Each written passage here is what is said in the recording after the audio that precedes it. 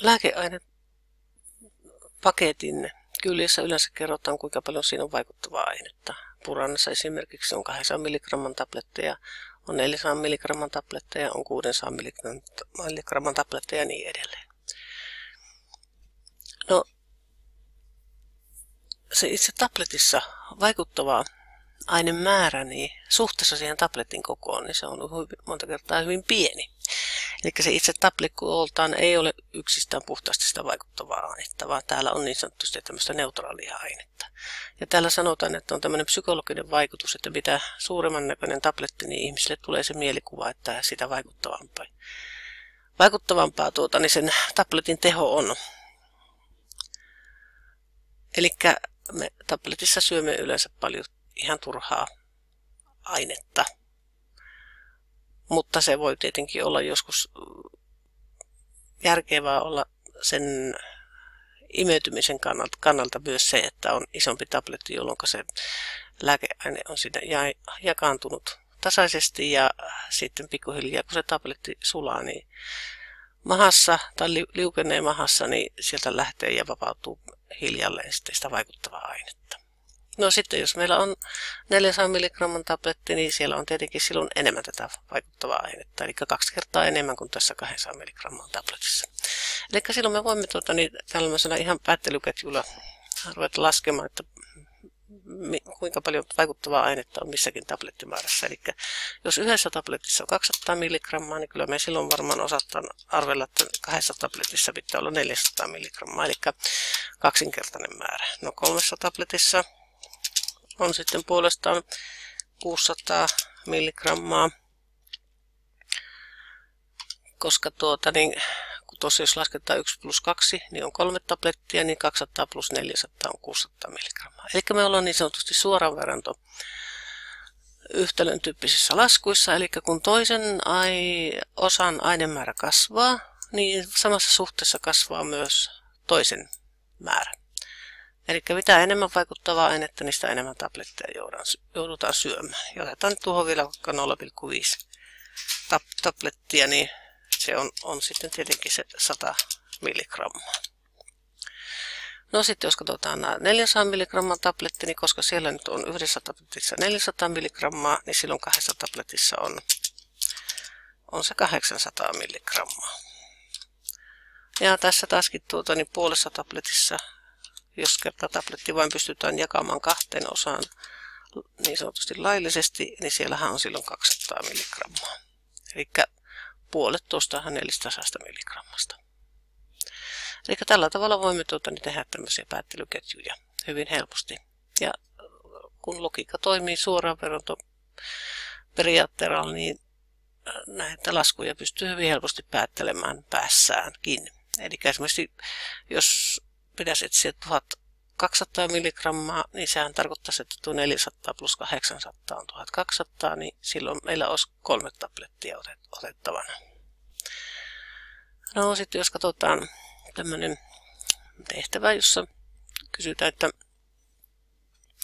kuinka monta tablettia pitää ottaa, kun pitäisi saada 600 mg vaikuttavaa ainetta ja sen tabletin vahvuus on 200 mg. Eli tuossahan meillä on tämä 200 mg tabletti, niin siellä on yksi tabletti on 200 mg. No koska meidän piti saada 600 mg, niin meidän pitää nyt etsiä sitten kuinka monta tablettia sisältää 600 mg.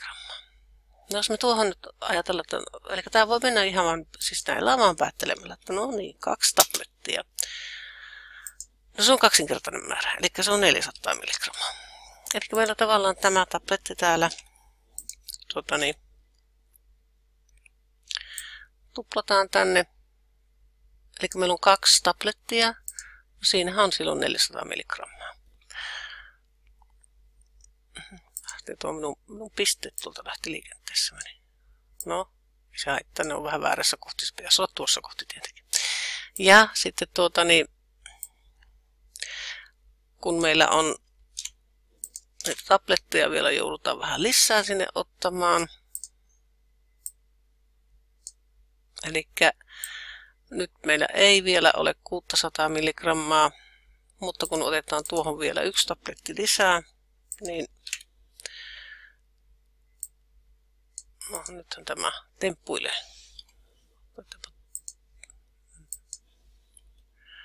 Tuosta otetaan tuo 1 tabletti lisää. Eli nyt meillä on 600 milligrammaa ja mehän nähdään niitä, että 1, 2, 3 tablettia. Eli tuo 3.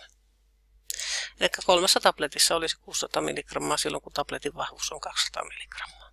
Ja tuosta laskemalla myös yhteen 200 plus 400 tulee 600, jolloin tämä kolmonen saadaan sillä, kun lasketaan 1 plus 2 on 3. No tästä me saadaan tavallaan, jos otetaan tämä tästä välistä pois tuonne piiloon vähän ja otetaan tämä tilanne, kun meillä on, eli pistetään tuohon X vielä takaisin, ei ole tietoa paljonko se tablettina on. Eli 1 tabletti on 200 milligrammaa, niin silloin X tabletti on 600 milligrammaa. Eli päättelyketjulla me tähän väliin löysimme ne vaihtoehdot, josta sitten pääsimme päättelemään tähän, että montako tablettia on 600 milligrammaa. Jos sitä nyt ei suoraan tästä näe, että kolmella kertomallahan se tulee. Niin voidaan laittaa sitten verrantoyhtälö, eli nämä 1 tabletti on 200 milligrammaa, niin nämä tiedot tulee tänne viivan yläpuolelle, ja X-tablettia on 600 milligrammaa, eli X-tabletti on 600 milligrammaa tulee viivan alapuolelle, ja tuohon väliin on yhtä kuin merkki. No sitten me rasketaan siitä tämä ristiin kertomalla yhtälö ratkaistaan, koska tietenkin tästähän me nähtäisi, että 200 kun kerrotaan 3 niin tulee 600, eli silloin tietenkin täällä pitäisi olla kolmonen tämä. Eli se on 200 600 on 1/3, eli suhde säilyy. Mutta tätä harvoin pystyy ihan suoraan näkemään, niin on parempi tehdä tämä ihan normaali yhtälöratkaisulla. Eli 200 kertaa x, niin kuin tuossa on, 200 kertaa x, tuo pieni x on kertomerkki, on 1 kertaa 600, eli 1 kertaa 600. Eli henkselitten päissä olevat luvut kerrotaan keskenään ja laitetaan on yhtä kuin merkki väliin. Ideahan on se, että kun x on jokin kerroin, niin tällä kertoimella me jaetaan tavallaan tämä toinen puoli, eli me voidaan kuvitella, että jaetaan puolittain 200, eli x kertoimella, niin silloinhan se supistuu täältä pois, niin kuin jää tänne x, ja tänne alas se jätetään vielä näkyville, eli 600 jaettuna 200. Eli tavallaan tämä x kerroin 200 hyppää tänne alas jakajaksi, jolloin tänne jää pelkkä x. No silloinhan se menee 3 kertaa tuo 200 600, eli päästiin saman tuloksen 3 tablettia. Eli tänne tuli vastaukseksi 3 tablettia. No sitten katsotaan tämä 400 milligramman tabletti vastaavasti, eli jos meillä on 600 milligrammaa, niin 1 tabletti on 400 milligrammaa. No sitten meidän piti saada 600 milligrammaa, niin tuohon tarvittaisiin 200 milligrammaa, jolloin lähdetään miettimään, että no mistä määrästä 200 milligrammaa saadaan. No sehän on puolet tuosta 400 milligramman tabletista, eli 0,5.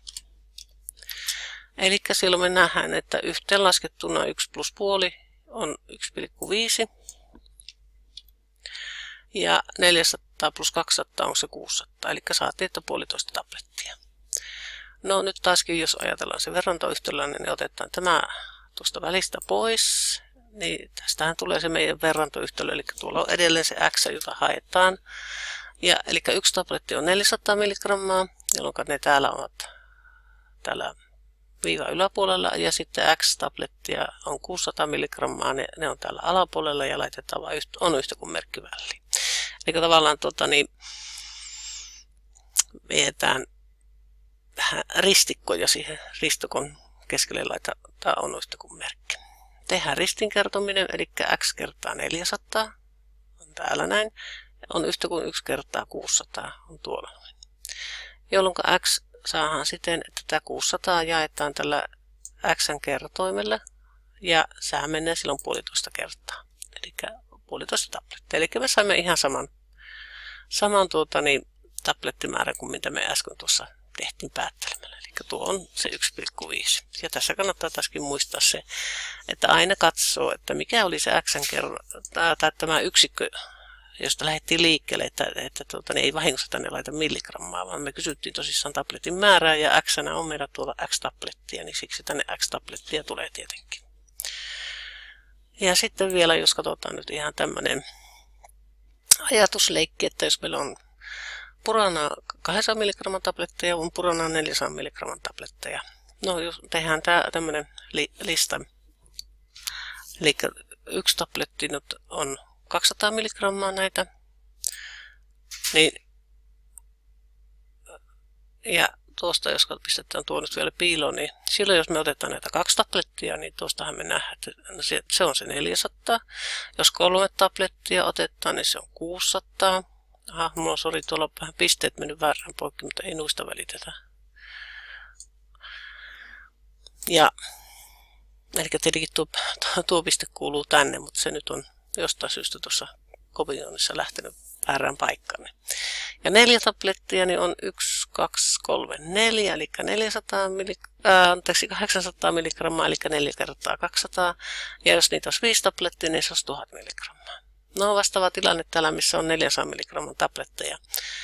Eli siellä on 200 plus 200 vaikuttavaa ainetta, eli yhteensä 400. Niin yksi tabletti on tietenkin se 400 milligrammaa. No puoli tablettia, jos otettaisiin tuosta noin, niin siinä olisi vain se 200 milligrammaa. Mutta sitten kun otetaan esimerkiksi 1,5 tablettia, eli tuosta puolet, joka on se 200 milligrammaa, ja sitten yksi kokonainen tabletti lisätään, niin sieltä tulee se 400 milligrammaa, eli yhteensä silloin on 1,5 tabletissa 600 milligrammaa. Ja esimerkiksi 4 tabletissa on sitten 4 kertaa tämä 400 milligrammaa, eli 1600 milligrammaa. No 5 tabletissa, jos tähän vielä yksi tämmöinen 400 tabletti lisätään, niin tultaisiin jo sitten 2000 milligrammaan ja niin edelleen. Eli tällä vaan suoraan päättelyketjulla pystytään tekemään nämä laskut. Tai sitten se, että laitetaan sen tabletin pitoisuus näkyville. Ja jos meidän pitäisi nyt tietää, että kuinka monessa tabletissa on 2000 milligrammaa, niin sitten laitettaisiin tuohon se X tuon 5 paikalle ja sitten tehtäisiin se verrantoyhtälö. Mutta näinkin yksinkertaista on tehdä tämmöinen suora päättely ilman, että joutuu laskemaan mitään monimutkaisempia jakotakertolaskuja.